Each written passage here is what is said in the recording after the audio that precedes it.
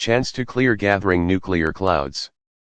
UN Secretary-General Antonio Guterres speaks to media prior to the 10th Review Conference of the Parties to the Treaty on the Non-Proliferation of Nuclear Weapons at the United Nations in New York.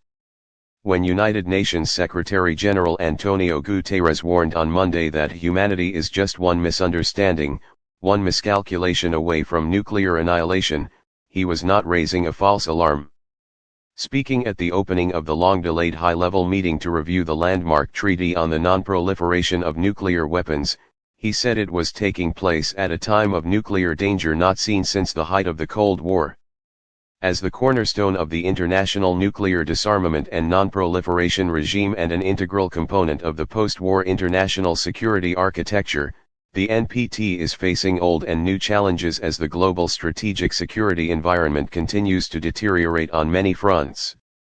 The 2015 Iran nuclear deal remains in tatters after the U.S. withdrawal, despite efforts to shore it up. Denuclearization of the Korean Peninsula seems as remote as ever, despite developments under the previous U.S. administration raising hopes of a breakthrough.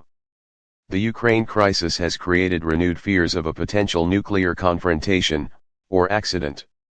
And the fear of nuclear terrorism remains. Worse, the United States, which boasts one of the world's largest and most advanced nuclear arsenals, has been behaving in an increasingly irresponsible manner that poses a threat to global strategic security. It is investing trillions of dollars in developing low-yield nuclear weapons while lowering the threshold for its use of nuclear weapons. It has also withdrawn from one international treaty after another, including the Iran nuclear agreement, and is creating a nuclear clique in the Asia-Pacific region by forming AUKUS, a security alliance with the United Kingdom and Australia. Under this framework, the US and the UK will supply nuclear-powered submarine technology to Australia. As others have pointed out, this breaches the letter and spirit of the NPT. The US should act responsibly and diminish the importance of nuclear weapons in its national security policy and substantively reduce its nuclear arsenal so that other nuclear weapon states follow suit. It should also work with relevant parties to resolve the remaining differences in the Vienna talks aimed at reviving the Iran nuclear deal.